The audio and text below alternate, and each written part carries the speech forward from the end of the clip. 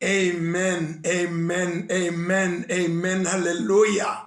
Kwaze kwathi ngithi it's a wonderful day. Oh yes, it's a wonderful day. He died for me in Calvary and he washed my sins away. It's a wonderful day. Hey, hey. Oh, yes. It's a wonderful day. He died for me at Calvary and he washed away my sins. And I must say this is a wonderful day indeed for me. The 3rd of December, 3 December, is a wonderful, great day for me. It was a day then that I was made a deacon in the church. Today I complete 20 years in ministry. I'm so glad the Lord has carried me through. Oh, what a wonderful Lord. My journey has seen a lot of his wonders, seen a lot of his love and care. It has been a journey, but a journey of many discovery.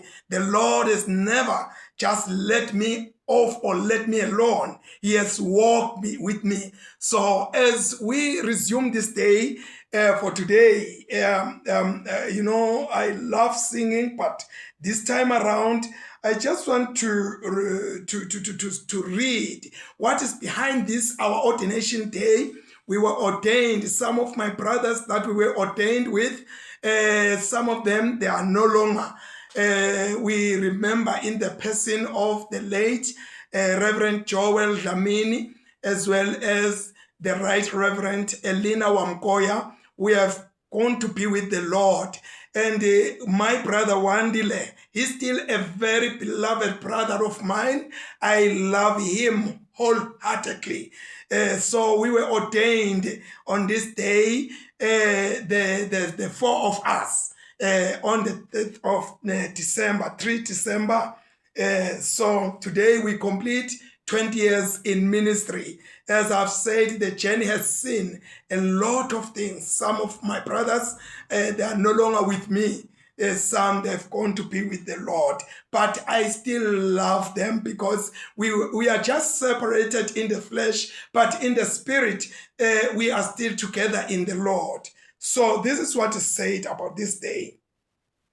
Francis Xavier was one of a little group of young Spaniards who, with Ignatius Loyola, took vows to follow Christ in poverty and to undertake missionary work, particularly beyond Europe.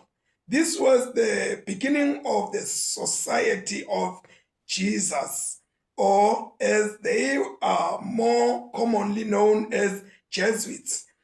Francis became one of the greatest Christian missionaries of all time.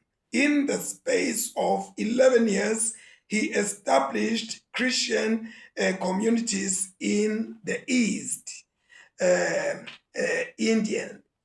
Indians, Ceylon, India, and Japan, laying foundations strong enough for the young churches to survive later persecution.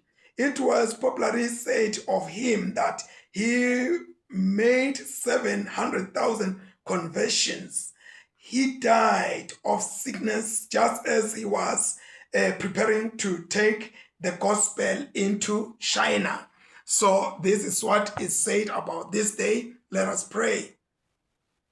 Indeed, O Lord, we thank you, our Father, our Creator, our Redeemer, our Sustainer. We give you thanks, O Lord, for being a parent to us. We thank you, Lord, for carrying us through. It has been a wonderful journey of many new discoveries. As we have said, oh Lord, there are those whom they are now no longer in this life. They've gone past, my God and my Father, we pray for their families. We pray more especially for their spouses, their children. We bring them before you, oh God, as they remember this day that, Lord, you called those of your servants, oh Lord, to work in your vineyards, as you have also called these Francis, Lord, to work in your vineyard. Lord God Almighty, I thank you, Lord, that it is not of my wisdom, it is not of my ability that I'm still in this church, I'm still in this diocese, I'm still in this life. It is through your grace, oh Lord. If it was by men made or by men a desire, I would no longer be a priest now. I would no longer be alive now. I would be no longer calling upon the name of the Lord. But Lord, you have kept me, Lord, to show your grace that is sufficient for both of us, those who have gone to be with the Lord and those, oh my God, who are wandering out there. Lord God Almighty, we bring our brothers together with them before you, oh God, and we recall our baptismal vows that, Lord, we say we renounce all and we cling unto you, oh God, our Father. Come now, Holy Spirit, hold my hand and move me forward, and hold the hand of Reverend Wandile, my brother, wherever he is. I pray, oh God, that let him find the comfort in your leadership. Let him find the comfort in your pastoral means and ways. This, Lord, I pray, because, Lord, you have called us and you have ordained us with the ordination, not that is just for a temporal or contract, but it is an ordination, Lord, that is permanent, that is upon our lives. Lord God Almighty, I pray that let our ordination vows continue to live and continue to be found more effectively in our communities wherever we are. This, Lord, we pray in Jesus' mighty name. Amen and amen. Let us call to mind and confess our sins.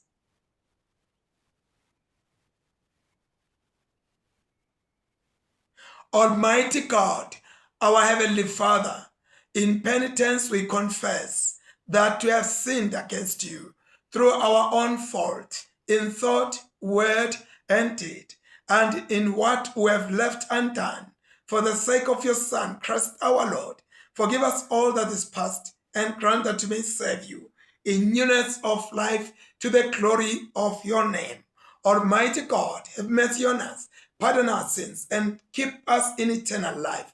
Through Jesus Christ our Lord. Amen. The appointed psalms for this, our ordination day, is Psalm number 10 and Psalm number 11. This is our psalm. Simakathe umeleni khashane, utifihleleni ngesikhathi sisekuhluphekeni. Ngekuxosha kwalomubi lompofu uyahlupheka. Lomubi akabanjwe elugibeni lalethiyile. Lomubi utigabatisa ngetinganuko takhe.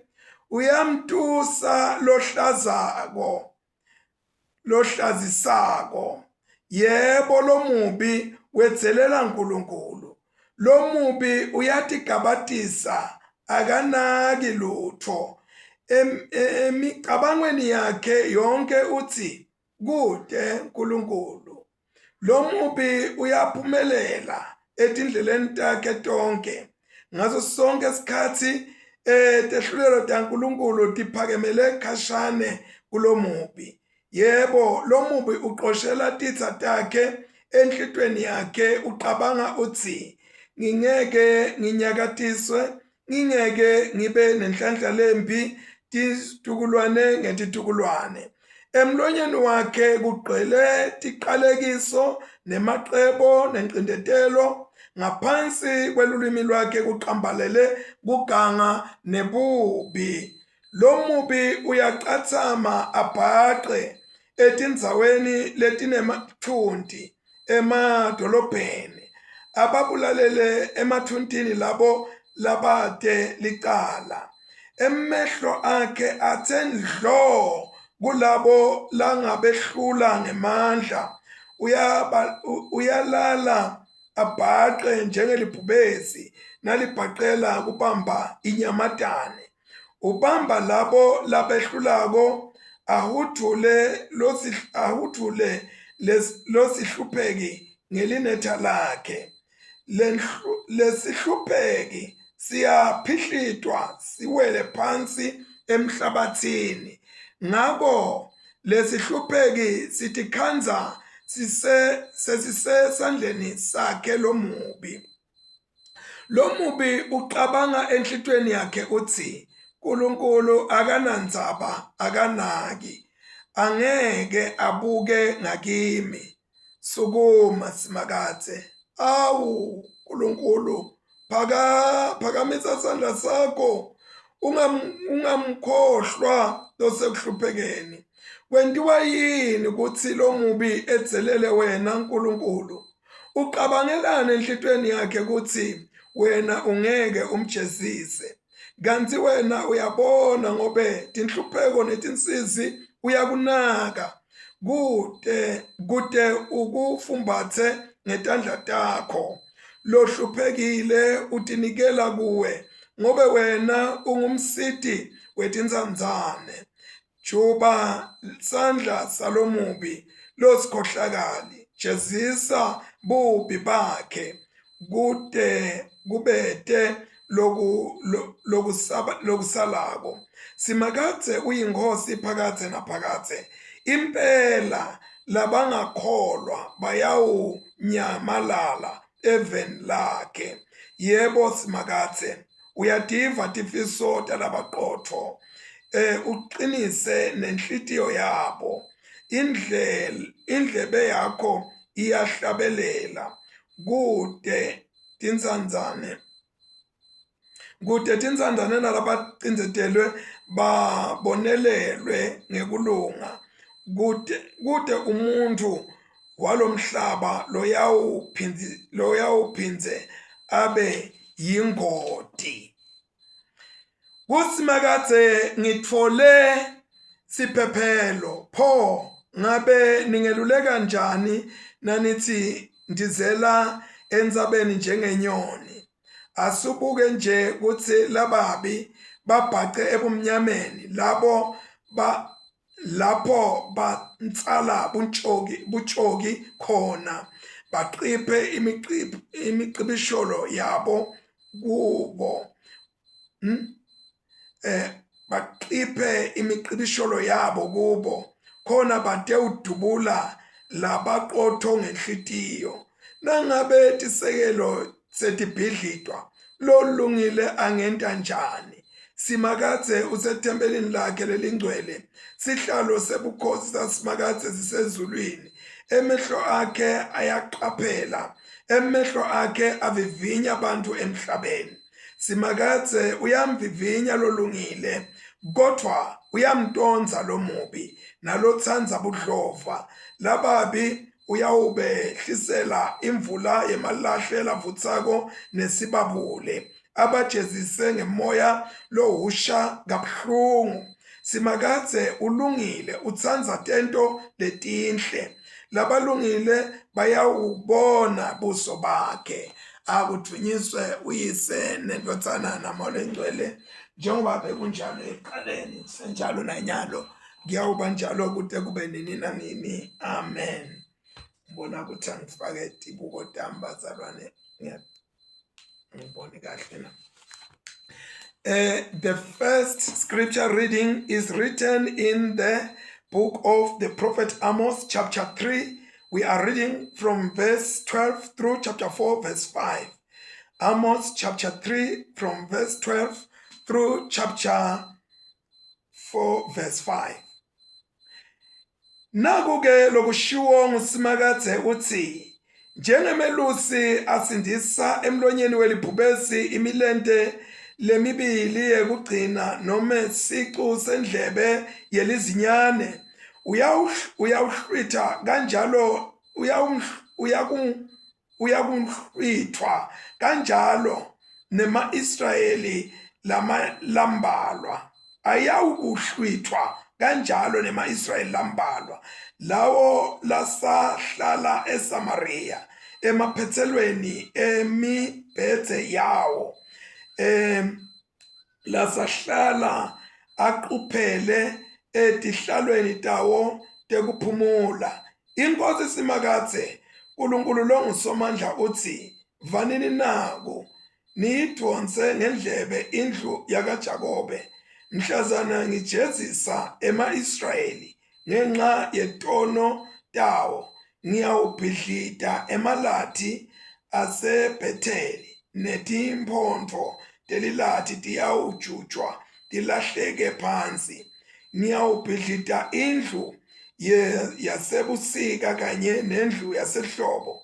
Tindlu letihlotshiswe ngematinyo etindlovu tiyawubhidlitwa kanjalo netindlu letibukekako tiyawuhidlitwa kusho Simakadze.